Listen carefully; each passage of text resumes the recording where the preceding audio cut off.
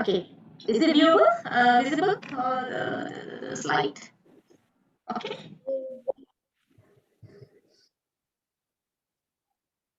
So welcome everybody. Good evening. Sorry for the delay.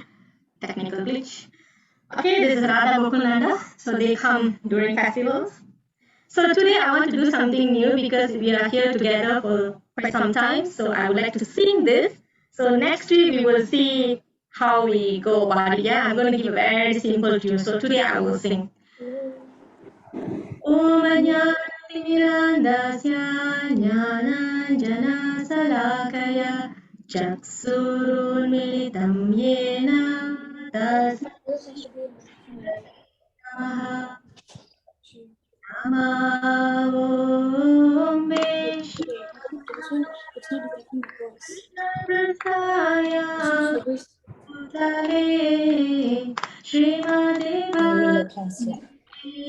Vedanta Swami Niti Namine Namaste Saraswati Deve Gauravani Pracharine Nirvisesha Sunyavadi Paschatya Deshatarine Jaya Sri Krishna Chaitanya Prabhu Nityananda Shri Advaita Gadadara Srivasadi Gaura Bhakta Vrinda Hare Krishna Krishna Krishna Hare Hare Hare Rama Hare Rama Rama Rama Hare Hare Hare Krishna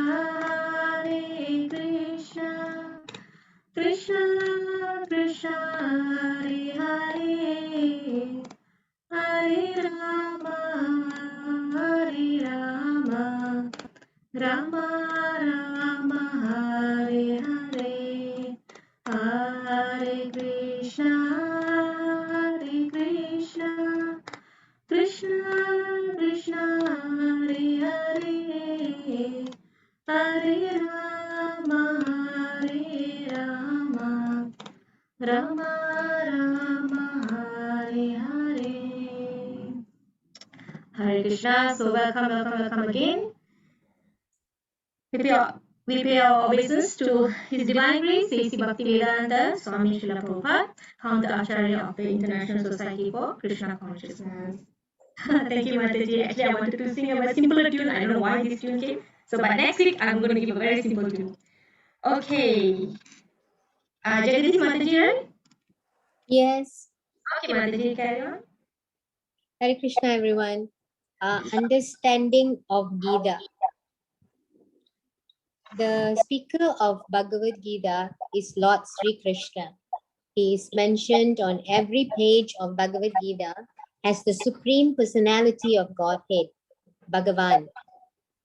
Of course, the word Bhagavan sometimes refers to any powerful person or any powerful demigod. And certainly, here Bhagavan designates Lord Sri Krishna as a great personality.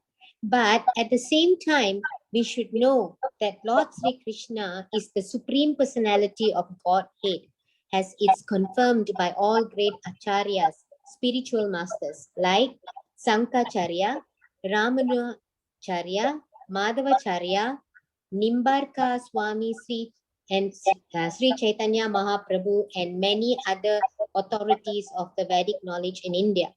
The Lord himself also established other authorities of the Lord himself also establishes himself as the supreme personality of Godhead in the Bhagavad Gita. And he is accepted as such in the Brahma Samhita and all the Puranas especially the Srimad Bhagavatam, known as the Bhagavata Purana, Krishna's to Bhagavan Swayam. Therefore, we should take Bhagavad Gita as it is, directed by the personality of Godhead himself. Okay, thank you, Mataji.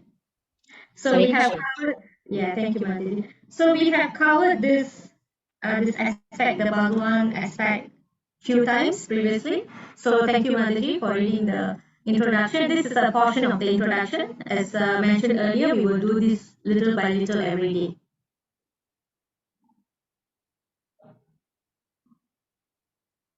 Okay, so I'm going to quickly bring you to the first overview that I give when we started chapter 2.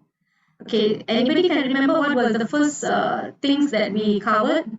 It starts with Arjuna's something. He's something from his side.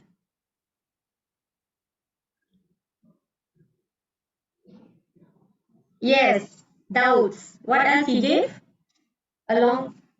Yes. That was the first thing that we covered from the introduction. 5 rasas, 5 types of direct relationship with Krishna. So, and then later, chapter 2 starts with Arjuna's doubts, and then he went on to give his 5th reason, and then he had this confusion, and finally he surrendered, asking for instruction. And then,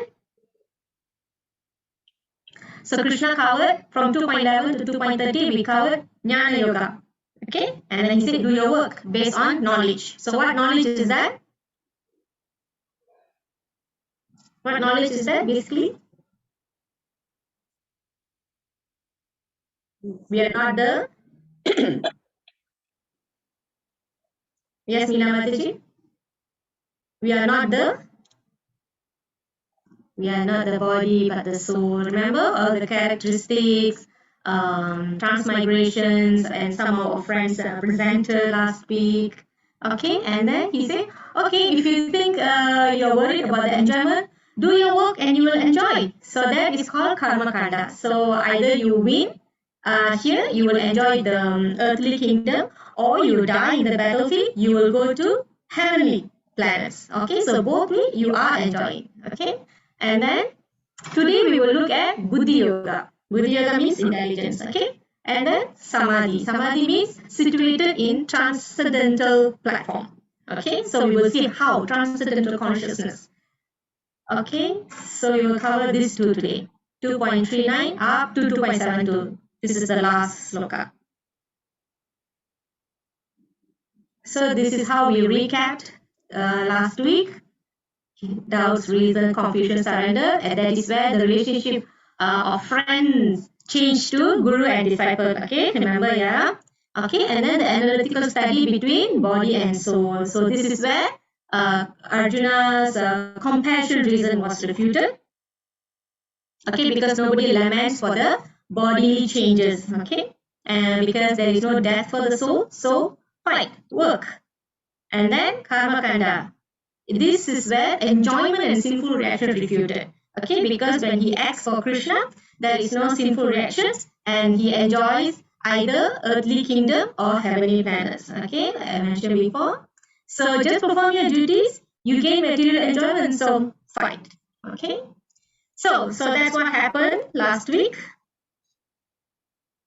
So again, until here, Krishna has given analytical study, descriptive knowledge of the soul and the body. Now we will be moving to Buddhi Yoga. Okay, so remember, yeah, Sankhya Yoga means the knowledge of the body and soul. So in the previous class, Krishna instructed us in self-realization, material body, spirit, soul. So it's pretty. We repeated this, right? The body is temporary, soul is eternal. Okay. So we move on. Oh yeah, so what is Buddhi Yoga? Working in Krishna consciousness in the full bliss and knowledge of devotion service. So I will tell you, that is a formula to that, so for you to remember very fast. So we are entering here now. Okay, 2.39. Meena Mataji, are you ready? Yes, Mataji. And how are you, Mataji? Getting better. Okay, Mataji, very good, Mataji. You are very strong. Okay, thank you, Mataji, for coming. You can Okay. ईसा दे बिहिते शंके बुद्धिर योगे तिवाम शूर्णो बुद्ध्या युक्तो यया पार्थे कर्म बंधम हास्यसि. Okay, Mataji, translation. The translation, Lord Krishna said, thus far I have described this knowledge to you through analytical study. Now listen as I explain it in terms of working without fruitful results. O son of Pritha, when you act in such a knowledge, you can free yourself from the bondage of works. Yes, thank you, Mataji. Okay, important here. Sankhya, remember I was saying analytical. So even Krishna is saying, I've given you the knowledge through analytical study. So now I'm going to tell you how to work without being attached to the fruitive result. Okay, I will tell you how. You have gotten the knowledge, and then on the other side, you know how to work. So remember, Jnana Yoga, knowledge, all right? And then here Krishna say after that, Karma Kanda. Karma Kanda means work. When you work, you get benefit. You get work, you get increment, bonus, reward. So you think like that. Now, how to do work without being obliged to the results? Okay, this is where the Buddhi Yoga comes. Okay, so with that, you can detach yourself, free yourself from the bondage of work. Because remember, Arjuna was asking, fighting or not fighting, to be conquered by them or conquer them, because he was worried of sinful reactions. So in 2.38, actually earlier, Krishna said, do thou fight for the sake of fighting, without considering happiness or distress, loss or gain, victory or defeat, and by doing so, you shall never incur sin. Okay, this is also we can apply in our life. We are going to work, we have to do this work. Okay, and do not be attached, whether it's a victory or defeat, distress or happiness, loss or gain. Okay, so in that way, you shall never incur sin, because it's all about the consciousness. Okay, why? Later Krishna will explain. So here, this is 2.39. So the point is here, Krishna is saying, now I will explain working without fruitive result.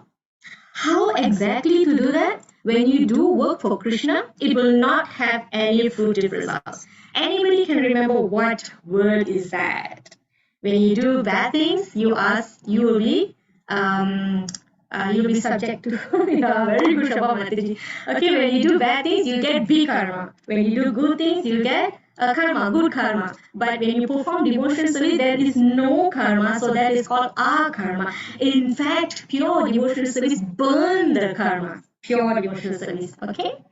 So why? Why? Because when you act in such knowledge, you will be saved from bondage of work. So later in chapter 11, Krishna will explain why you should do. So, so basically it's about, you are not doing the work for your own benefit, but you're doing it for Krishna. The basic fundamental reason here is you're doing to please Krishna. So here okay, yeah. So I hope this one you can remember by this caption here. Buddhi Yoga, fight but without any reaction. Now I'm going to give you a comparison. Okay. Karma Kanda here. Karma Kanda means, anybody? What do you understand by Karma Kanda? Anything that comes to your mind. I know there are a little bit of terms here, but so I just want to know you all are catching that meaning. Karma Kanda. Karma Kanda. Activity, work. Okay. Buddhi Yoga. Anybody? Buddhi Yoga. Yes, Kadai Mataji, correct. Jayasita Mataji, correct. Karma Kanda, work. Work with result. You are doing work with result. You go to work, you want a salary, isn't it? So that is Karma Kanda. Buddhi Yoga? Thank you, Mataji. You remember. You see here, Buddhi Yoga means it's without any reaction. So when this thing happens, when you do as a work for Krishna. Alright. So let's see. There are 3 items here. We can analyze the differences between Karma Kanda and Buddhi Yoga. Okay. So this is the additional slide I've done for you. Okay. So work. Both are doing work. Alright. Karma Kanda, people who are working on Karma Kanda platform, they are expecting fruitive result. Whereas people who are doing work under Buddhi Yoga, they're doing under Krishna consciousness. Okay. Next, what is their aim? Here, the aim is to satisfy their senses, whereas here it is to satisfy Krishna's senses, Krishna's satisfaction. Next, finally, you get result. What kind of result do you get? You get bondage. Remember, the karma or akarma. Whether you do good things, you will be subjected to reap the the benefits. If you do bad things, then you're supposed to reap the bad effects. But here, you are being liberated. Liberated from what? Liberated from the reactions. Liberated from the cycle of birth and death. Okay? Now, I have a little story here. This is Krishna in Dwarka. So he wanted to teach a lesson on how a devotee should be, how their consciousness should be. So one day he was complaining that he has headache. And then Narada Muni came. So how can I help you, my lord? It can only get cured if I get some dust from the feet of my devotees. So Narada Muni thought, who will ever give dust from their feet for the Lord? So what he thought, he was in Dwaraka, right? So he had so many wives. Alright, he went to all the queens and asked, could you give me some dust from your feet? Krishna needs it as medicine for his headache. And the queen said, what? How can? Oh, what are you saying? Krishna is our revered husband. Can we actually give dust from our feet and go to hell? No. There's no way. We are not going to give. So please, don't ask us. Like that. And then Narada Muni went to the gopis in Vrindavan. The moment he said Krishna has headache and the medicine is the dust, they quickly, in fact, they compete with each other to give the dust from their lotus, from their feet. They say, come, take this, come, take this.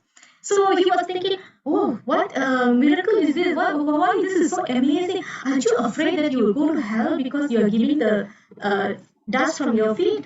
Oh, what is there hell? If it's going to heal Krishna's headache, we don't mind going to hell. The important thing is Krishna's headache must heal. So from here, the lesson is here that our motive is to satisfy Krishna. Our interest comes later, or there is no self-interest at all. Okay, so that is that short story. So here it shows how gopis put Krishna as the topmost preference. His priority comes first. Okay. 2.40. Prema Mataji, right? Yes, Mataji. Okay, can hear you, Mataji. Hare Krishna. Hare Krishna. Nihabi karmana sosti pratyavayo na vidyate shvalpam api asya dharmasya trayate mahato bhayat. In this endeavor, there is no loss or diminution, and a little advancement on this path can protect one from the most dangerous type of fear.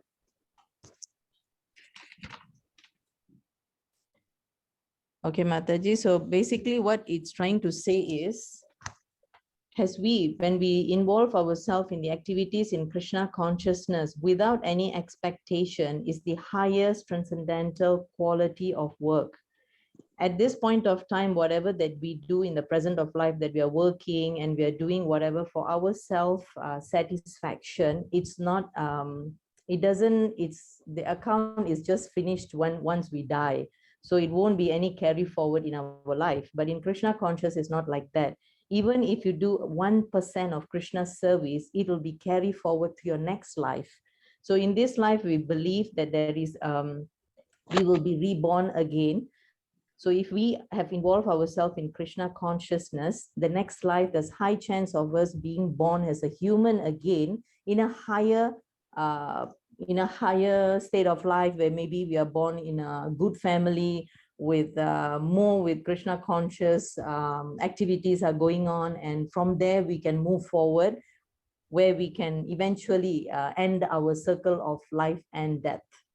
And that, for an example, is on Ajamila's story, like what Mataji have shared with us. So that is a very good example where he was born as a Brahmana, and he lived a Brahmana's life. In between somewhere, he has a fallen soul, he followed all those how to say, all the materialistic lifestyle. And eventually he came back to Krishna path again. And by calling of his name Narayana, and the name he named his son as Narayana is because of his service to Lord Krishna. Somehow it came back to him and it saved him at the end of the day. So that's the explanation, Mataji. Yes, thank you, Mataji. Very nice. Thank you. You linked Ajamil. Yes, okay. So we want to get lucky like that. But okay, so that is it's a good promise that Krishna is giving the moment we have started our journey. So there is no falling down, that is for sure. Okay, so what is the dangerous type of fear mentioned here? What does Krishna mean by this dangerous type of fear? Prema Mataji, what is this dangerous type of fear? The most dangerous. What is the most dangerous type of fear? The most dangerous type of fear. That you say escape from? The escape from, the birth and death. Yes, thank you, ma'am. Yeah. So we die when we take birth. So we don't want to take birth. So that is what we will be saved from if we are in this path. Okay. So that is one danger. Okay. So what's the problem with this birth and death apart from old age and disease? The major setback that we have in this birth and death is to be born in lower species. The moment you are in human being, like human species, you have high chance to acquire knowledge, associate with devotees, can go to the temple, engage in worship, read scriptures. However, if we are always remain in the cycle of animal kingdom, I think only Prashad can help us. Otherwise, it's very difficult. Even that is also if devotees is showing mercy, we have contact with devotees. Otherwise, this is the danger, birth and death, and this is already dangerous. Why is it dangerous? Because once you are in lower species of life, it's very very difficult. Okay, so the problem, the good thing is that now that we are here, so least likely for us to go back down here. Okay, so yeah, we wish everybody knows this. Okay, so yeah, like this, Mataji mentioned, whatever wealth or knowledge that we have, qualification we have acquired in this life, when you are born again, you're going to start from kindergarten. You're not going to, if you finish in degree, you're not going to come back and start from masters, isn't it? You have to start your kindergarten again. So material qualification does not continue in the next life. It starts from zero. Okay, in contrary to spiritual life, if you are you are situated in proper consciousness, transcendental consciousness or Krishna consciousness, okay, in next life what happens? You will see some children very fast they pick up sloka reciting, very fast they can remember spiritual information, very fast they advance. Why? Because it's a journey that was not completed in the previous life, so they start like that. Okay. So yeah, however, spiritual qualification continues in the next life from where it was left. Like Prema Mataji explained, you stop at 1%, the next time you come, you continue from your 2%. Okay? All right. We have 2.46. Pushpa Mataji. Mataji, you ready? Hare Krishna. Hare Krishna Mataji, come. Yavan artha udapani sarvata samplutodake tavan sarvesu vedesu ramanasya vijanata. All purposes served by a small can at once be served by a great reservoir of water. Similarly, all the purposes of the Vedas can be served to one who knows the purpose behind them. Right, thank you, Madhiji. Okay, so it says here, all purposes served by a small well. Now, you can see here there are few wells here. So imagine one well is taken for drinking and cooking. One well, water from one well is taken from washing pots. Water from one well is used to bathe.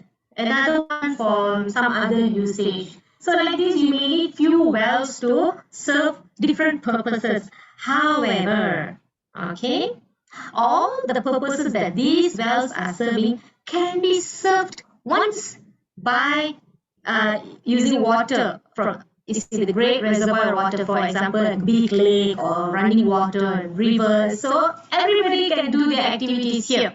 You can use for washing or drinking or cooking or bathing. So why these examples are given? So we have Vedas. Vedas are actually a handbook for man to live life. So there are so many things in the Vedas. Okay, I can tell you some information that you can find in Vedas for the benefit of those who are not aware. What are these Vedas actually? Okay, so the aims for these Vedas are Artha, Kama, Moksha, Dharma. So these are the objective. You want to enjoy with regulation.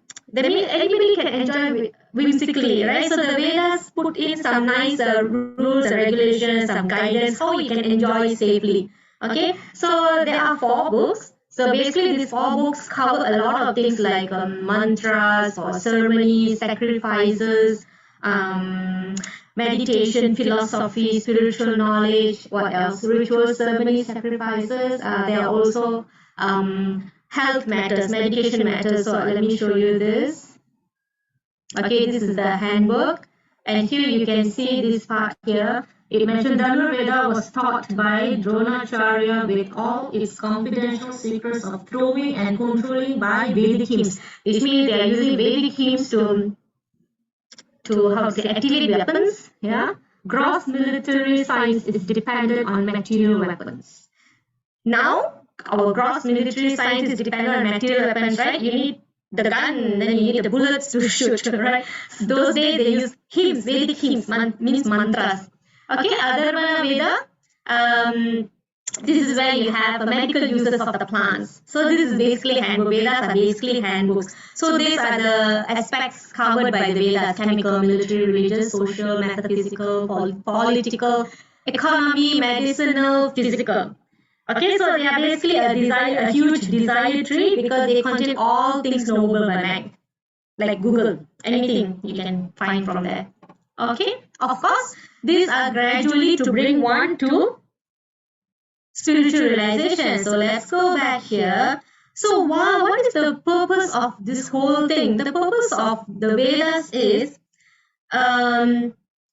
similarly, all the purpose of the Vedas can be served to one who knows the purpose behind them. So what is the purpose? The purpose here is given by Krishna in chapter 15:15, which is, by all the Vedas am I to be known. So that is the goal of the Vedas. Okay, so this is to just put in information for our intelligence that we would like to have something that serves all the needs. And by following these Vedas, it is more wise to find out who is the person behind this. What are these Vedas dovetailed in? What is the objective? So Krishna says in 15 that I am the purpose behind the Vedas. Okay, so this is just additional information for you all.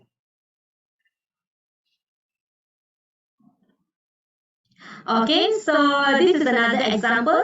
In 2000 rupees, you can find 10 rupees, you can find 50 rupees, you can find 100 rupees. So once you have the 2000 rupees, you wouldn't have to look for 10 rupees of course. Sometimes you want small change, right?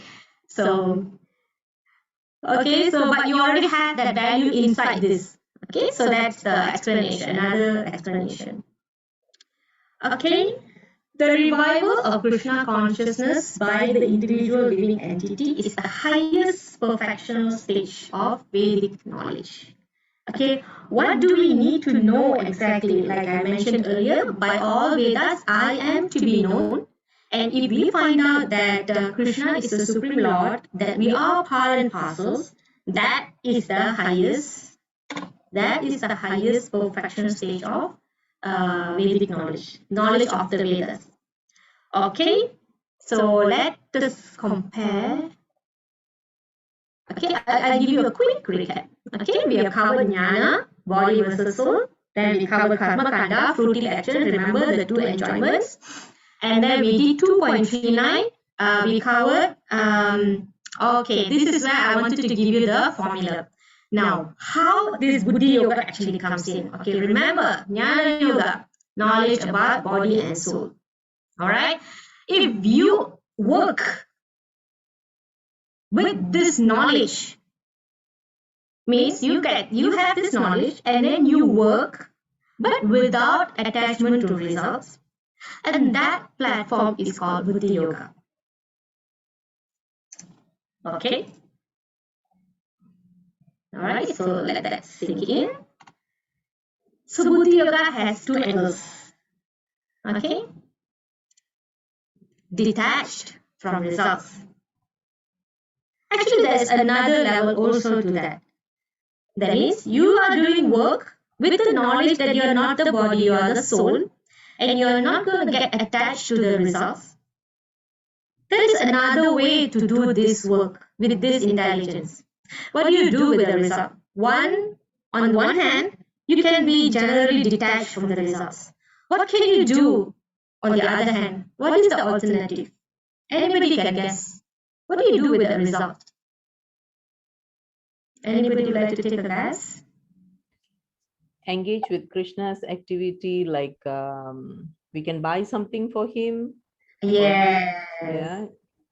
So that is called offering the results to Krishna. So of these two, this is better. Krishna says this is better. But both of these are good. Both are good. But this is better. Why both are good? Because you can still work. You are engaging your senses, your limbs, you're engaging. Okay? But when you do either one, detach from results, or you offer the results to Krishna, this will free you from the bondage of works. Okay? So remember, Arjuna said he didn't want to work, but Krishna said, work. You can work, but don't get detached from the result. Don't be attached to the results. Okay? So no need to avoid work. If you desire to avoid reaction, work, but you can do two things. You can your consciousness detached from the result, okay, or offer the result to Krishna. Okay, so this is additional slide I can give you later. So I thought this is very easy for you to see. Okay, so I hope this helps. Okay, 2.47. Miss Wai. Welcome, Wai Mataji. Hello, Mataji. Hare Finally, everybody Krishna. get to hear you today. I know. I'm a bit nervous. But I will try my best. Yes, you do good. Thank you, Mataji. Okay, I'm going to try and chant as well. All So, right. Bhagavad Gita, chapter 2, sloka 47. Karmani avadhikaraste ma paleshu kadachana. Ma karma pala heturbur mati sangostvavarpamani. Good, Mataji. Next, Mataji. Oh, you have no idea. All right, so translation. You have a right to perform your prescribed duty, but you are not entitled to the fruits of action. Never consider yourself the cause of the results of your activities, and never be attached to not doing your duty. Mataji, can I try to decipher this? Yes. Please be Okay. comfortable to do whatever way that you want. Yes. Yeah, but if I'm out of line, please also correct me. No. Okay, so basically, this shloka is also considered one of the most. It's a very popular. It's a common shloka, but at the same time, it is also very easily misunderstood. Reason being because there were all these entitlement, but you need to also work. So basically the first verse of karma basically just means, just reflect to what you've said just now, which is work. Yeah. So we work, we have the right, we have to work, but we have the right to perform our prescribed duty, meaning to say not just any duty, but duty that is upon us, that is fitting to us. So we have the right to do that. But however, we must be humble. We must not be entitled to the fruits of what has been done. Meaning to say that if with whatever work that we have done, and there comes the, let's say, the benefit or the credit, we are not supposed, or we are not expected to say that this is what we have done. So in other words, it's more about being humble and keeping a low profile. The next verse just says that, wait a minute, let me see. Yeah, it says, never consider yourself the cause of the results of your duty, your activities. Again, this expands to the fact that we do not think that we don't put ourselves first to any of our activities. We have to be humble, and we have to say, okay, we offer our credit to Krishna, just as you mentioned. So it's about detachment of the credit, detachment of the activities, the good things that come out of the activity. But it doesn't mean to say that we don't do anything. We still continue to do what we're expected to do. We cannot just sit or stand idle. We continue to do what we are expected to do. This is what Krishna wants us, or wants Arjuna to understand. Yeah, that's how I understand this shloka or this translation to be. Mataji. Yes, awesome, Mataji. Yeah, you're on point. It's very good how you decipherate. One is, we have the right to do our duty, not just any duty or not all the duties, prescribed duty, that is one. And then we are not entitled to the fruits of the action, that's number two. And we are not to be claiming we are the cause of the result. Okay, we are the doer. And finally, never to be attached of not doing the duty. All right, if I do this work, I'm gonna get reaction. So rather, I sit idle. I don't want to do anything. Well, that is sinful. Not doing the duty is sinful. Not doing the duty is also an attachment. So that is what Krishna is telling Arjuna. By you telling that you don't want to do a duty for some reasons, that is attachment. Not that you are going to have sinful reaction, that is an attachment. Or the result that's going to come from your activities, that is not that sinful reactions. Okay, thank you, Vai Mataji.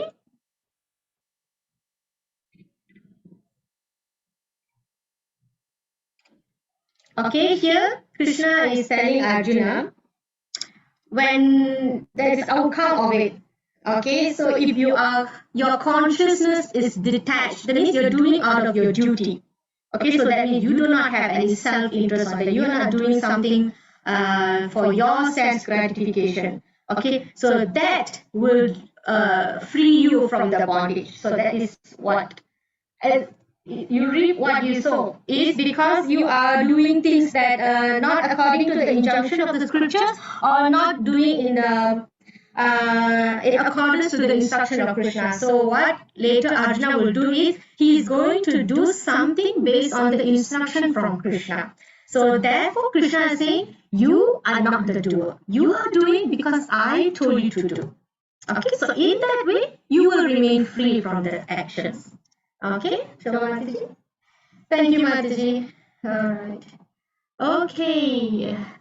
Okay, little bit.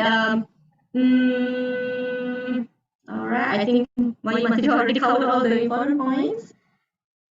Okay, so basically, yeah, there are two important elements here. One is the proper consciousness. I mean, there's one. Okay. So the idea behind this verse is the proper consciousness. The conscious, I'm doing it so that I can enjoy the benefit of the result of it. That's not the consciousness that Krishna is promoting here. He is saying, do as what I say, what I as a duty, as your duty, because I am dictating you. So, and therefore Arjuna will do it for Krishna. So that is the proper consciousness. Okay. Okay, my screen keeps going on. So 2.48. Saras Mataji. Is Saras Mataji doing it? Shobita. I'm doing it, Mataji. Okay, you will do, but explanation will be Shobita Mataji, is it? I don't know, I'm not sure. Okay. Okay, Bhagavad Gita 2.48. Yogastaha kuru karmani sangam tatva danajayaha siddhi asittiyo samo bhutva samatvam yoga ucchahe. Perform your duty, accused of Arjuna, abandoning all attachment to success or failure. Such equanimity is called yoga. You want me to explain, Mataji? Is it okay? Okay. Okay. What I understood here is actually yoga means the concentration of mind, and that means we are controlling our senses. And because our senses is the one, the stimuli, all the negativity will enter to our mind through these senses.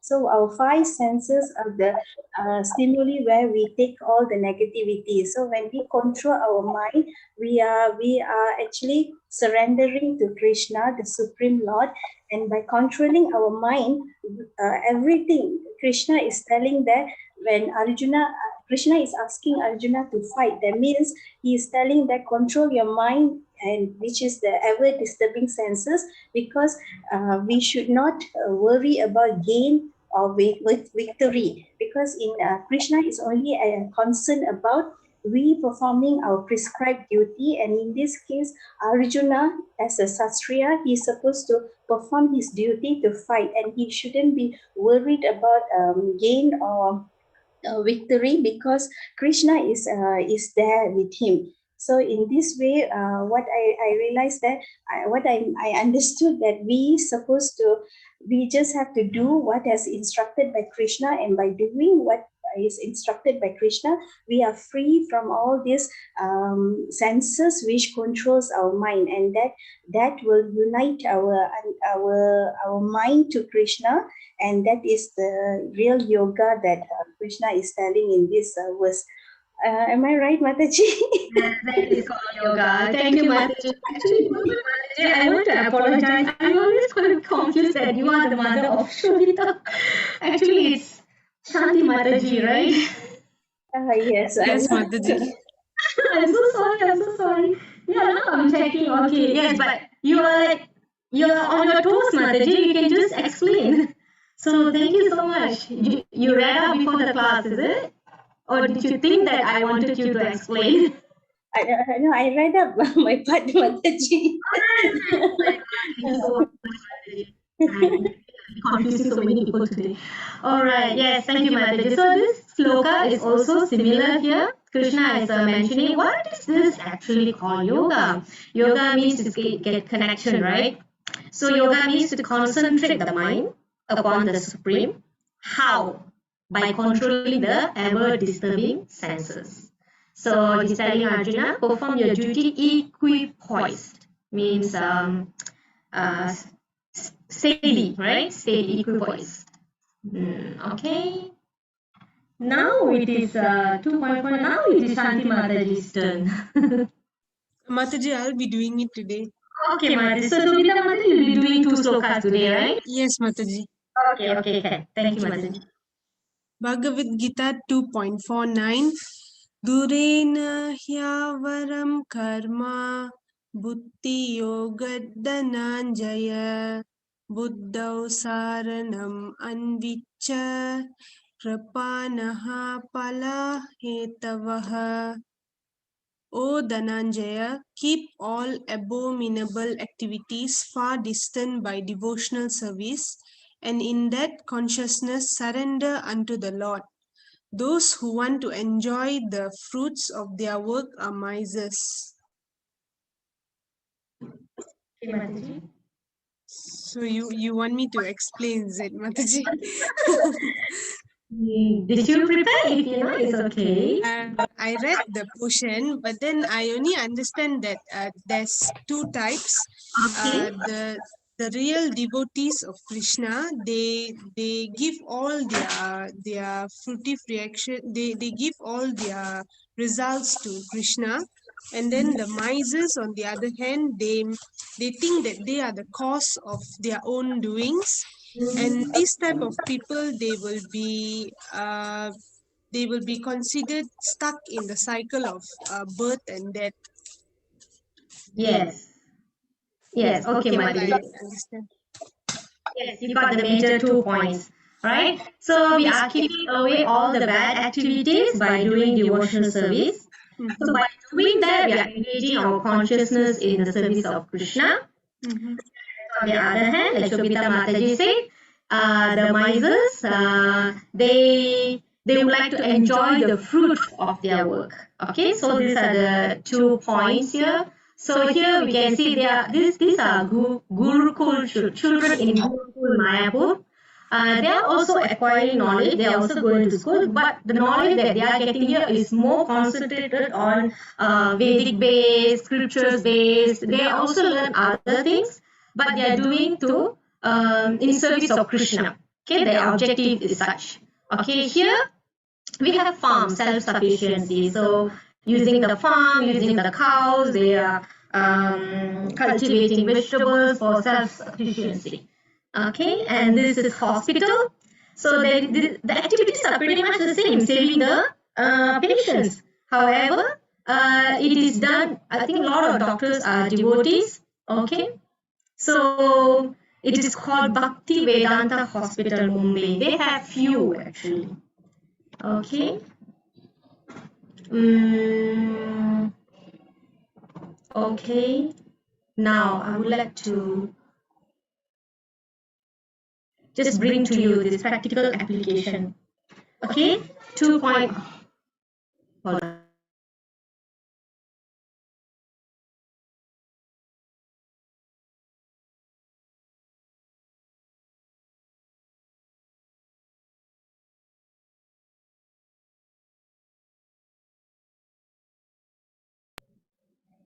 Okay, so the practical application from 2.7 to 2.49 is this. Okay, remember? Okay, actually, you don't have to worry about this nishkama, karma, yoga, these terms. Basically, this is non-reactive path. Okay, why it is not a? It is a non-reactive path because it releases one from the bondage of fruitive action and reaction while you are still doing the work. Okay, compared to inactivity. What Mataji say, right? It's better than being inactive is to work. Okay, so doing work but detached from the results is better than renunciation. Okay, so this, what is the benefit here? It incite less provocation of unrest and fall down. Okay. Okay. Because the attachment to the result is actually imply you are also the cause. Okay, because I did this and the result should be so and so. So if you become the cause, if you think you are the cause, it is happening because of me, then you are entitled to enjoy or suffer the result. So it's basically the conscious. How do you train your consciousness to not be the doer, right? So it's how we train our mind consciousness. Okay, so never consider yourself the cause of the result of your activities. Okay, or do not be attached to not doing your duty. That is also an attachment, not doing the duty. Okay, we after Buddhi Yoga, now we are going to Samadhi. Samadhi means, okay, generally people think Samadhi is sitting and ending life, right? So Samadhi, you can also attain Samadhi while you are still living. Samadhi basically means transcendental consciousness. So how does a person who is situated in transcendental consciousness behave? So let us see what are the questions Arjuna poses to Krishna. What are the questions Arjuna poses to Krishna?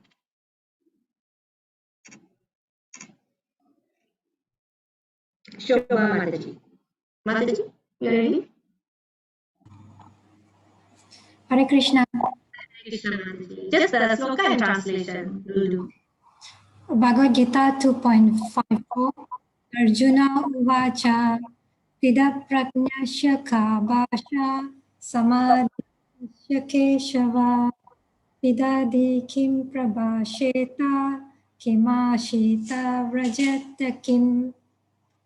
Arjuna said, O Krishna, what are the symptoms of one whose consciousness is thus merged in transcendence? How does he speak? And what is his language? How does he sit? And how does he walk?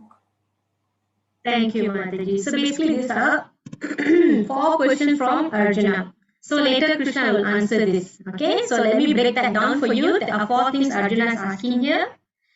The symptoms of one whose consciousness, symptoms of a person who is in transcendental consciousness. That's 1. Symptoms, yeah.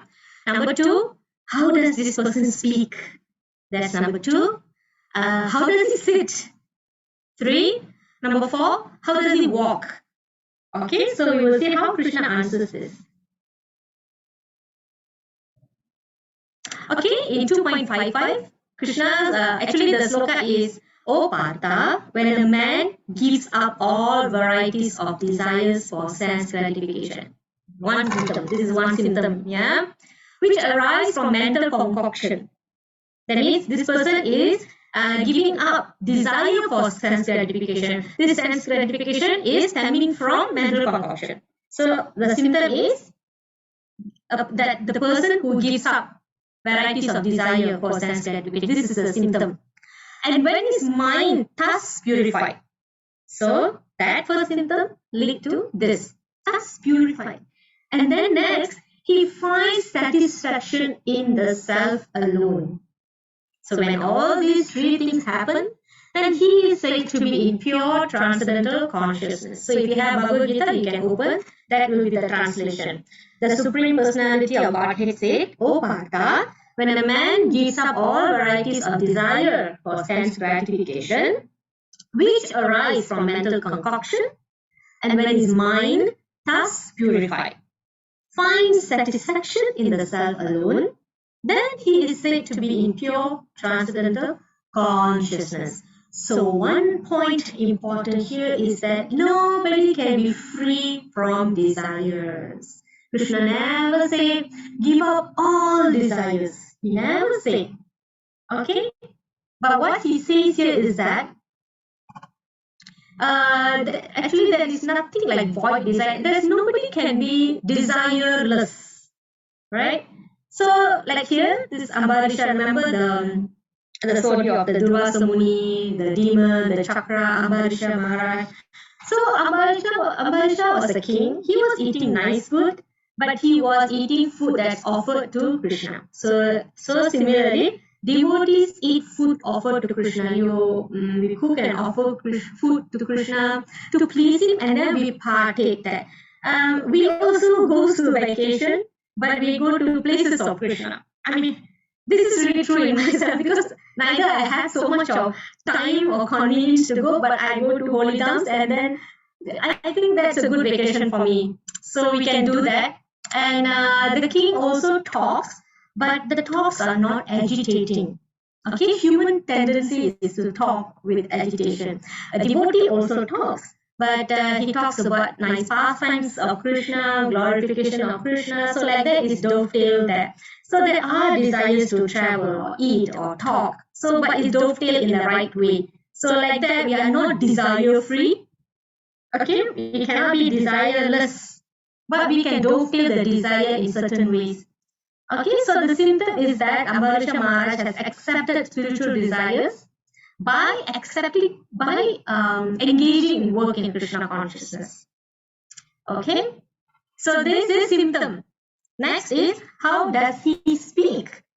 In other way, how this is explained is, it implies how the intelligence and words respond to affection, anger, neutrality.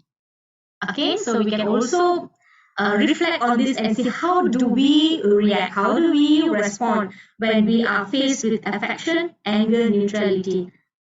Are we equipoised? Are we in a equilibrium state? Okay, happiness and distress, how do we react? we should be free from attachment, fear and anger. So how do we respond to these elements? How do we respond to good and evil?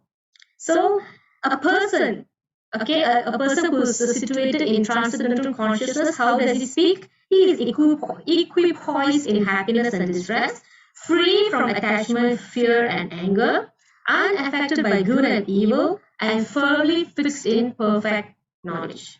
So whether someone praises us or scolds us, irrespective of everything, we are to be remain equipoised. So that way, our consciousness will be free of anxieties, agitations. Okay, so we may not be at that stage, but we can always work on it. Okay, so we have covered 2 questions. Okay, symptoms and how does he speak. So this is basically how do we react? How does he react? Okay, now move to the third one. How does he sit? Okay, so we have a picture of tortoise here. Okay, so what this question implies is that how this person restrains his senses and mentality. He uses his senses only for Krishna service. Okay, and how does he use it? Because he engages in higher taste. So that way he can control his senses. So if you look at the tortoise, the tortoise is it draws its limbs within the shell when it faces a threat. Okay, when it come across a predator, what does he do? He withdraws everything. It will withdraw his limbs. So like that, we should withdraw our senses from non-favorable activities and engage our senses in the service of Krishna. So you withdraw from here, but you need to engage, okay, because you have senses, you have desires, but you can engage them in the service of Krishna. Okay, remember, of course, you have seen the snake charmer, snake and snake charmer. The snake charmer will play that instrument, and how he nicely, I don't know, control the snake according to what he wants. If no what will happen, the snake will go haywire and everything will go haywire. So like that, our senses, our mind, it has to be controlled, withdrawn, and engaged in the right way. So that is how a person situated in transcendental consciousness sits. So how he sits is basically all about withdrawal. Okay, so how does someone withdraw his senses and not engage in abominable activities? You need to dovetail that in something with higher taste. Okay, if you previously you've been doing a lot of things like not so like gambling or some illegal activities, so now you withdraw that and then you become restless if you do not engage. This is like how a baby has a ball in the hand, a knife in the hand. You can't just withdraw the knife from him, isn't it? Then he will throw tantrums, so you give a ball, something safe or some food, so you get higher taste for that, and it's safer also. Okay. So like that, we also need to engage ourselves. We always need to engage our senses and limbs in the right way. Okay, so we have done symptoms, we have done how the person speaks, and we have done how he sits, and finally we go to how does he walk. So how does he walk? What does it imply? It implies how does he engage in senses. So basically we also covered that here. Here is restraints and uses, okay? And here also how he engaged his senses. Okay, so what does he do while engaging in his senses? He does with regulation and religious principle. Okay, so before in 64, Krishna will explain a couple of points. A person free, he doesn't say that a person should be senseless or sense-free. You have senses, you need to engage. So how do you engage them? A person is free from all attachments, 64.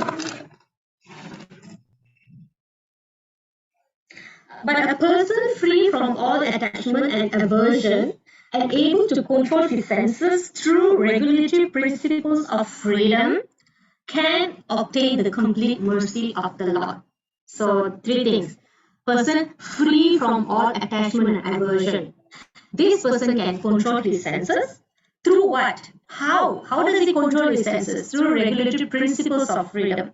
Like you like to eat, then you offer the food. You like to work, then avoid gambling and illegal things. Like that. These are the things. Regulatory principle, regulated.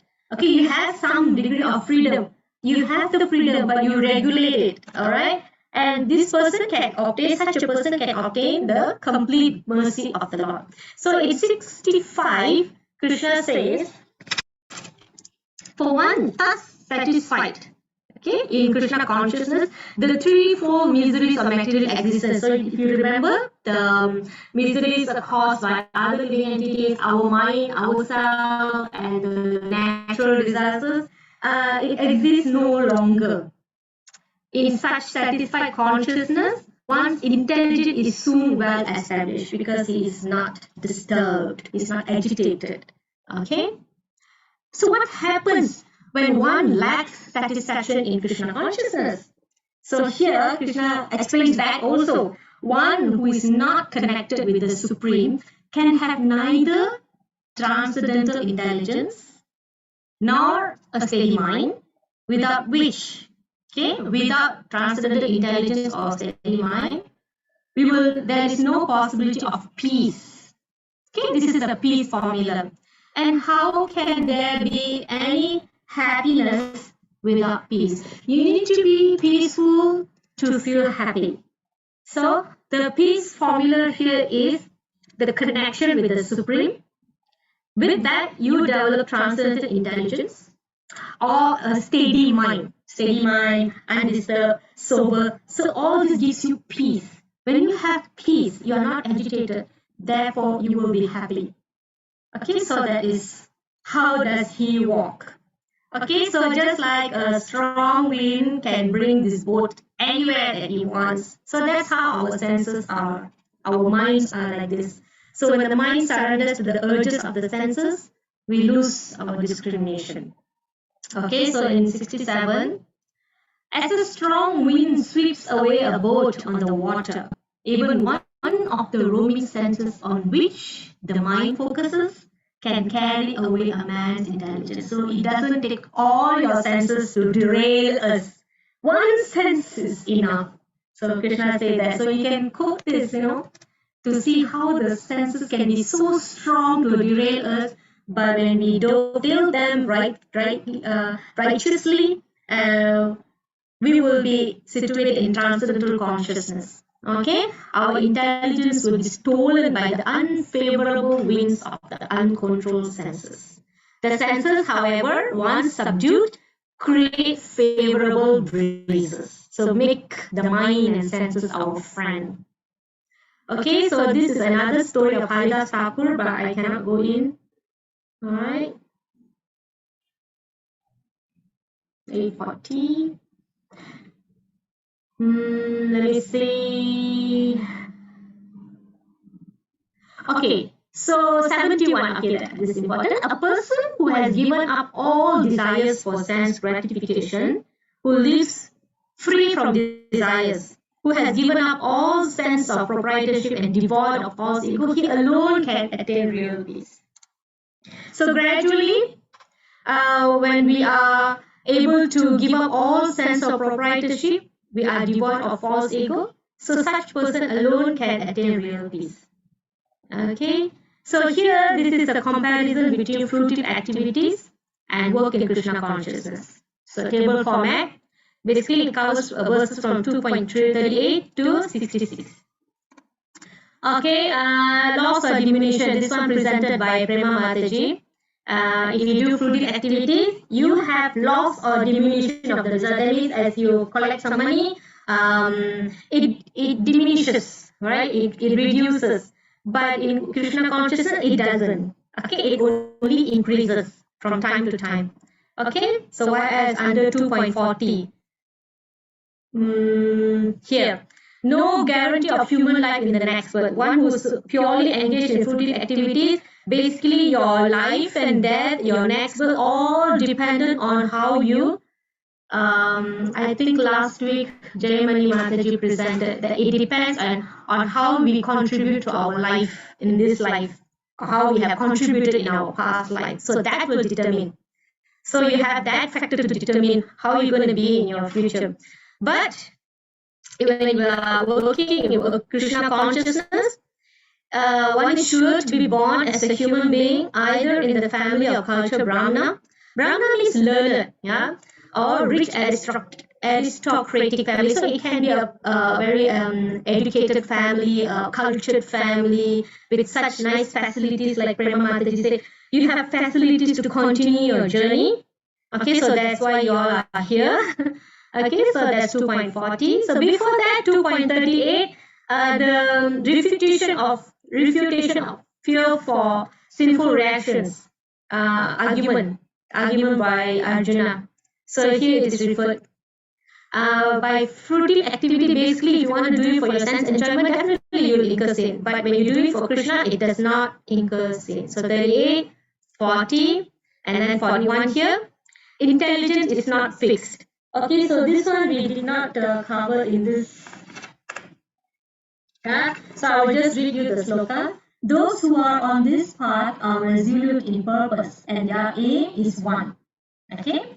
O beloved child of Kurus, the intelligence of those who are irresolute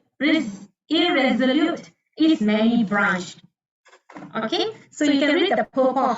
What is this resolute, irresolute? So basically, what we are doing now, we are resolute. We know that Supreme is Krishna, and we are part and parcel of Krishna, and we are not the body, we are the soul. And since we are part and parcel of Krishna, our duty is to serve Krishna, to relate ourselves as part of Krishna. So that way, our intelligence is resolute. Okay, 41. Next is 50.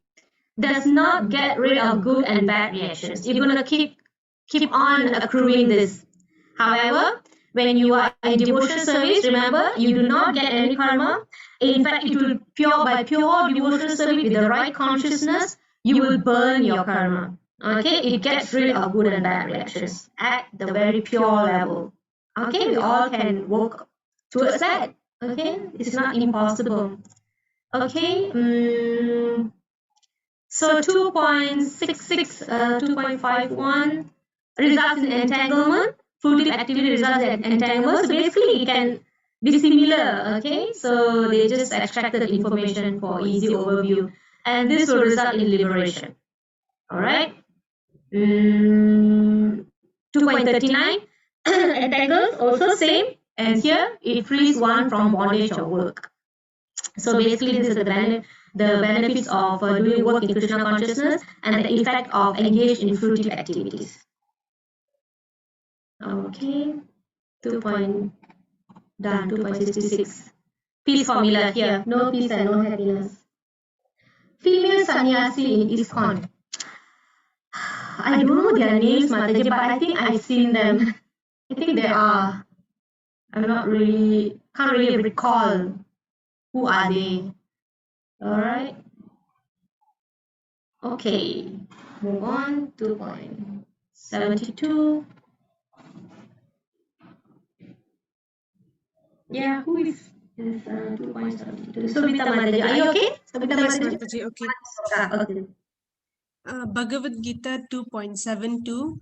Esa Brahmi Stitiha Partha Nainam Prapya Vimuhyati Sthitvasyam Antakalepi Brahma Nirvanam Rachati. That is the way of the spiritual and godly life, after attaining which a man is not bewildered. If one is thus situated, even at the hour of death, one can enter into the kingdom of God. Okay, thank you, Mataji. Thank So you. that is the way of spiritual and godly life. So this is the last sloka. After attaining which a man is not bewildered. All right. So one is, if one is thus situated even at the hour of death, one can enter in the kingdom. Okay.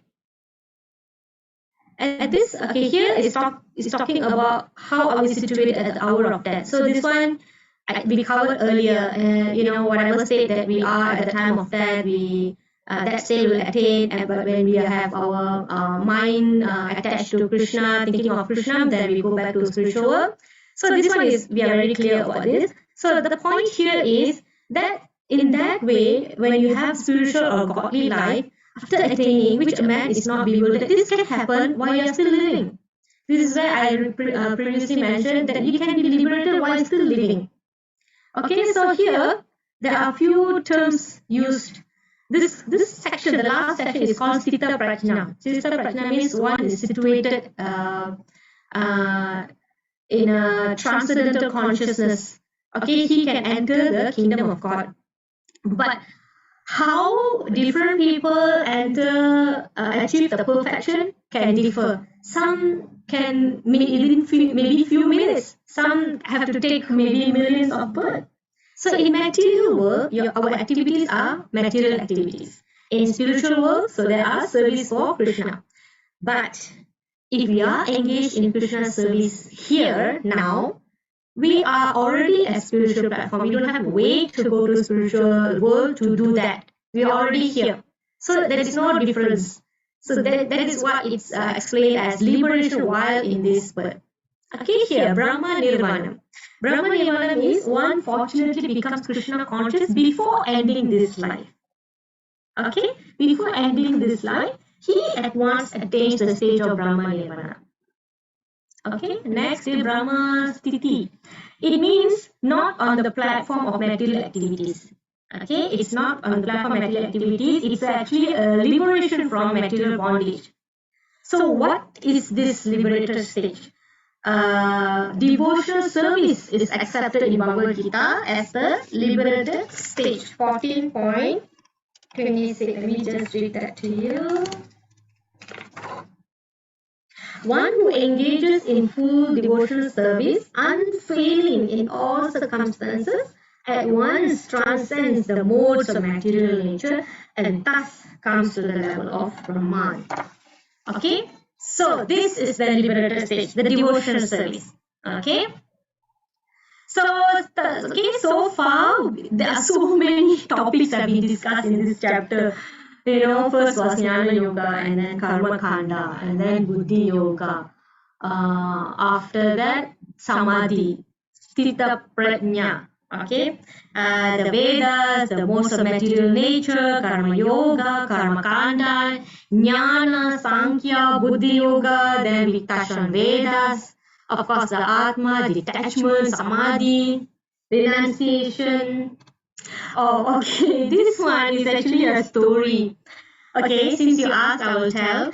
Okay, but in Srimad Bhagavatam happened when Parikshit Maharaj asked questions. Okay, this is Parikshit Maharaj. This picture has been repeating since our level 1. This is Parikshit Maharaj. This is Sukadev Goswami. Sukadev Goswami is delivering Srimad Bhagavatam to Parikshit Maharaj. Okay, why Parikshit Maharaj is here is that something happened.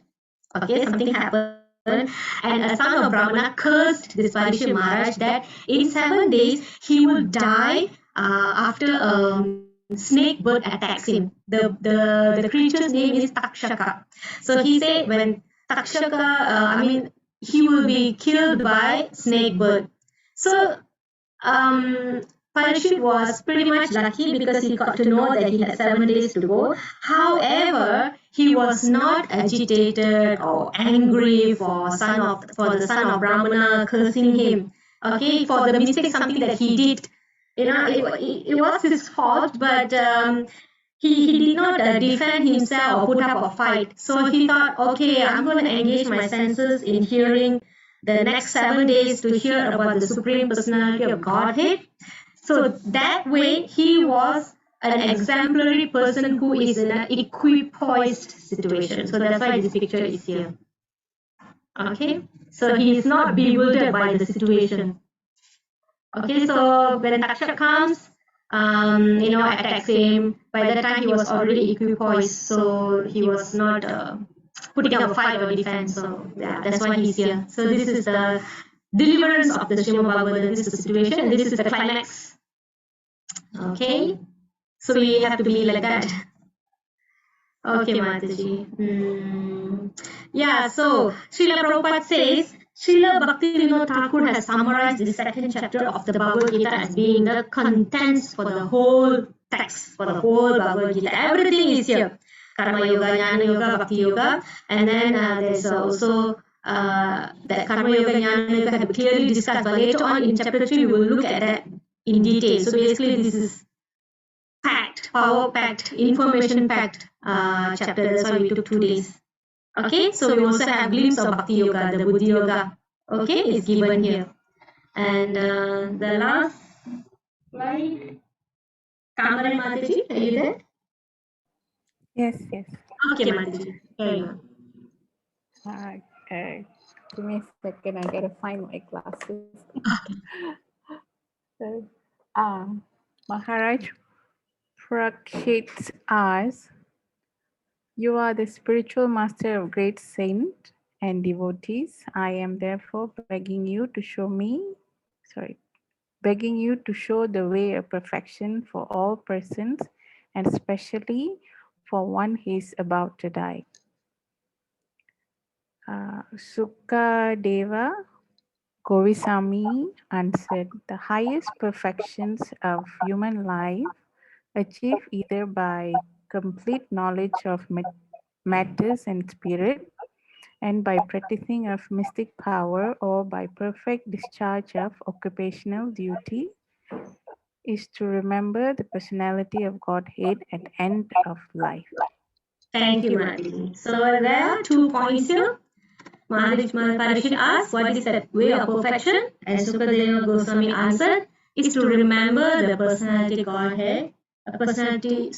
Godhead at the end of life. So this is from Bhagavatam. Okay, so that is the situation picture here again, the same thing. Okay, let's do a quick recap. Anybody can remember what we covered? First aspect today. Let's do a fast one. We have done Jnana Yoga last week, and then we went for the Karma Kanda. Karma Kanda was last week. Buddhi Yoga, yes. So what we cover under Buddhi Yoga? What is Buddhi Yoga? What kind of path is that? A little bit more information on that. Okay, very good. Intelligence. What kind of path is that? Reactive, non-reactive? Or why is it reactive or why is it non-reactive?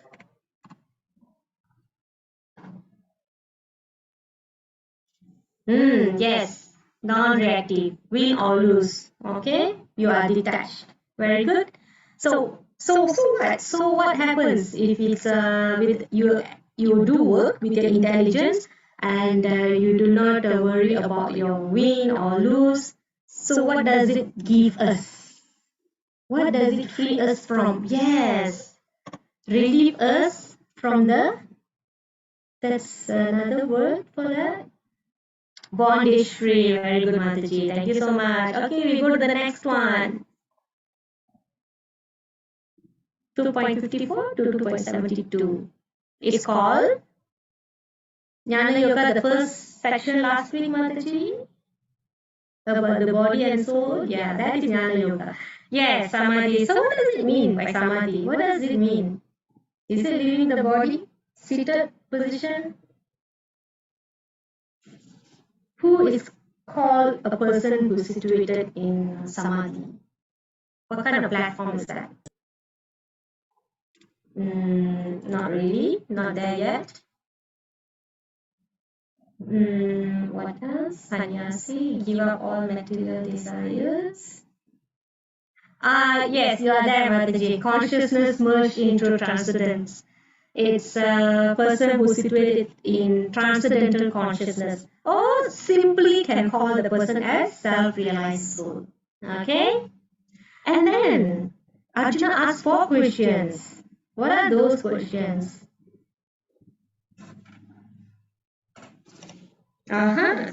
Symptom of the person. Yes, correct, Mataji. How does he speak?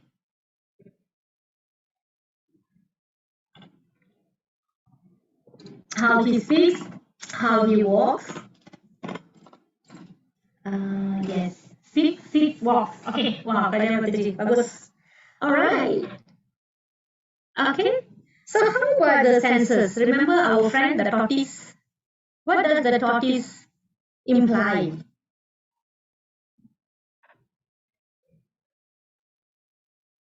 Anybody can recall what does the yes, restrained senses? Can we actually restrain our senses all the time? So what do we do with the senses? Withdrawal, use the senses for Krishna. Regulation, yes. Higher? Yes. Very good. Without developing a higher taste, there is no other effective means to control the senses. Very good, Mataji. Thank you. All right. So, and then towards the end, we covered this, the last sloka. The last sloka.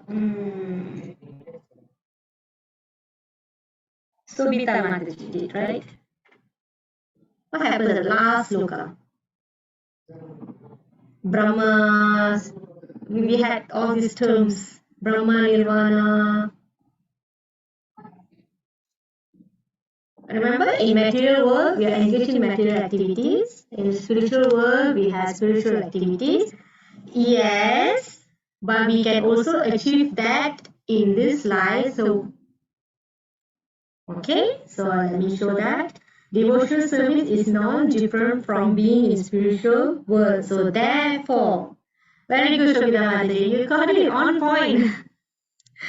This is what exactly I wrote here also. Liberated stage. Devotional service is already liberated stage. Okay, very good, Mataji. Okay, so what else I want you to remember? Result of fruitive activities versus work in Krishna consciousness. Remember the chart and everything. And we should perform our duty not to be attached to the okay, to what? Anybody can remember?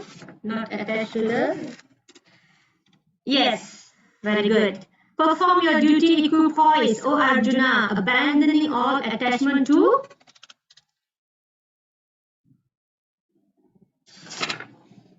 something and something.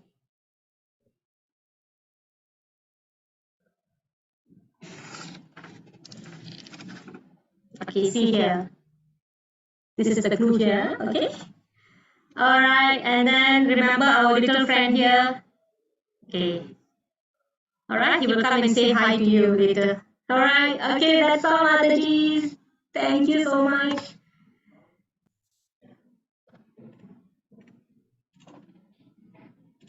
Okay, on the dot, 9 o'clock. So today also we couldn't do Japa because, chapter 2 is very long. So I think next week we can try that. We'll try to sing some kirtan before the class. Okay, Mataji, I also need to go because my kids have exams tomorrow. So I want to do some last minute revision with them. So thank you, Vai Mataji. Thank you everybody. Kajai Mataji. Any questions? Any urgent questions? No one? All right. Okay, Mataji, I got to go. I'm so sorry. So next time we can spend a little longer time. Okay, bye, Mataji. Hare Krishna.